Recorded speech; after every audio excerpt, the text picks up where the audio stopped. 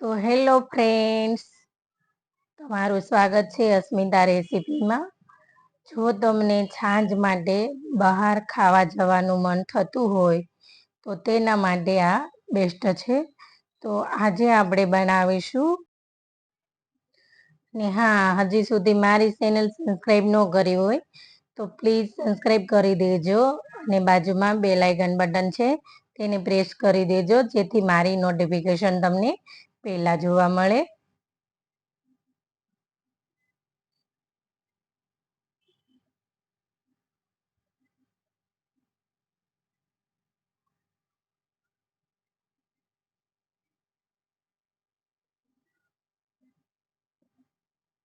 તો આપણે શરૂ કરીએ બનાવવાનું.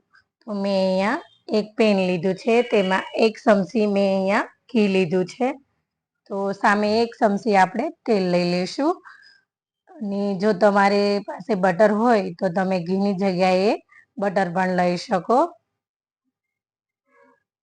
તો થોડું એવું ગરમ થાય એટલે આપણે તેમાં આદુ અને લસણની જે પેસ્ટ છે તે નાખી દઈશું.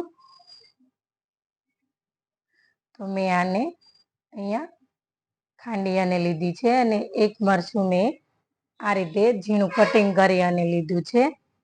તો હવે તેની આદુ મરચાંની કસાશ દૂર થાય ત્યાં સુધી આપણે તેને આ રીતે સાતળી લઈશું.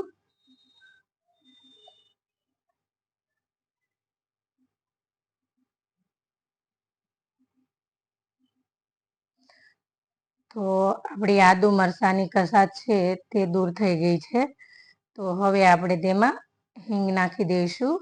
અને મેં અહીંયા એક મોટી સાઈઝની ડુંગળી લીધી હતી, તેને આ રીતે ઝીણું કટિંગ કરી અને લીધું છે. તે હવે આપણે તેમાં સાતળી લઈશું.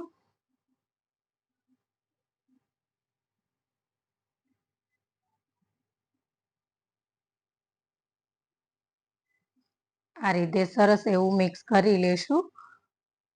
અને આપણે 1 થી 2 મિનિટ આને આ રીતે કૂક થવા દઈશું. આપણે આને બહુ લાલ બ્રાઉન કરવાની જરૂર નથી. તો આપણી સરસ એવી ડુંગળી સોફ્ટ થઈ ગઈ છે. તો હવે મેં અહીંયા 2 મીડિયમ સાઈઝના ટમેટા લીધા છે, તેનું પણ આ રીતે ઝીણું એવું કટિંગ કરી લીધું છું. તો ટમેટા એકદમ આપણા સોફ્ટ થાય તે માટે આપણે મીઠું નાખી દઈશું. તો હવે આપણે તેને મિક્સ કરી લઈશું.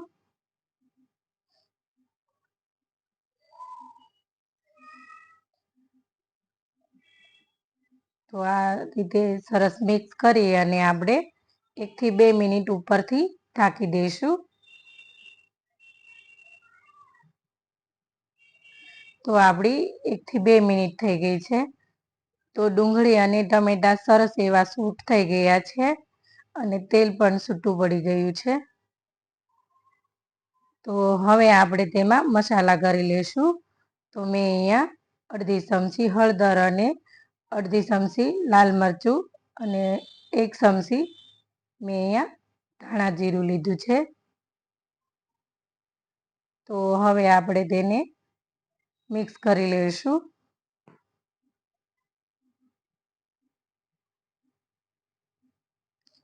આ રીતે સરસ મિક્સ કરી અને આપણે 1 થી 2 મિનિટ રહેવા દઈશું.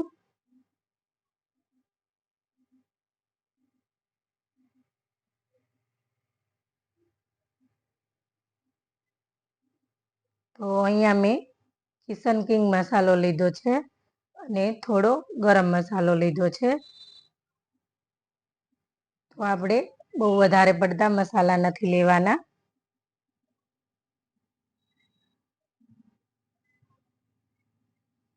તેને આ રીતે સરસ મિક્સ કરી લઈશું.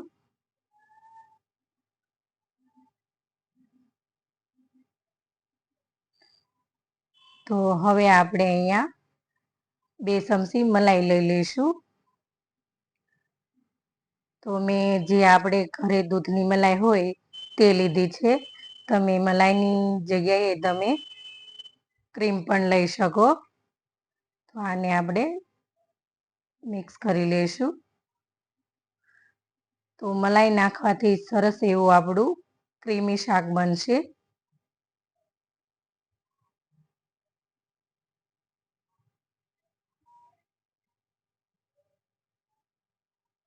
તો હવે આપણે તેમાં પાણી નાખી દઈશું.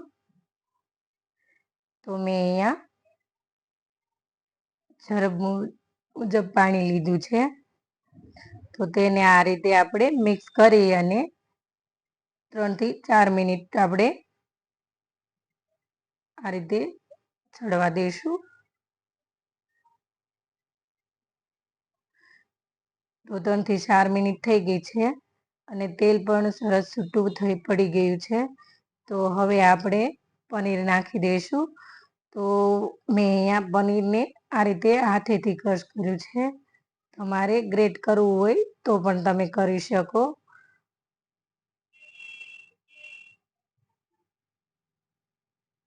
તો આ પનીર છે તે પણ મેં ઘરે બનાવ્યું હતું.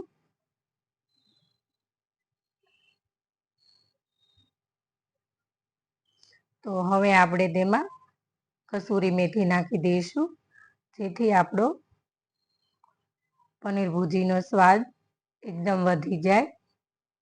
તેને આ રીતે આપણે મિક્સ કરી લઈશું.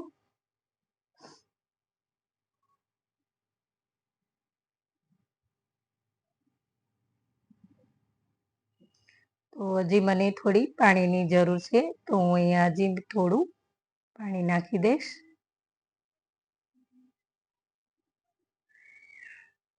તો હવે આપણે આને 1 થી 2 મિનિટ કૂક થવા દઈશું, જેથી આપણું તેલ પણ એકદમ છૂટું પડી જાય. તો સરસ એવું આપણું તેલ છૂટું પડી ગયું છે.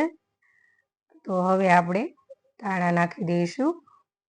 તો આ રેડી છે આપણું પનીર ભુરજી શાક. જો તમને આજની મારી આ રેસીપી ગમી હોય તો વધુમાં વધુ શેર કરજો અને લાઈક કરજો અને મને કોમેન્ટમાં કહેજો કે તમને કેવી લાગી.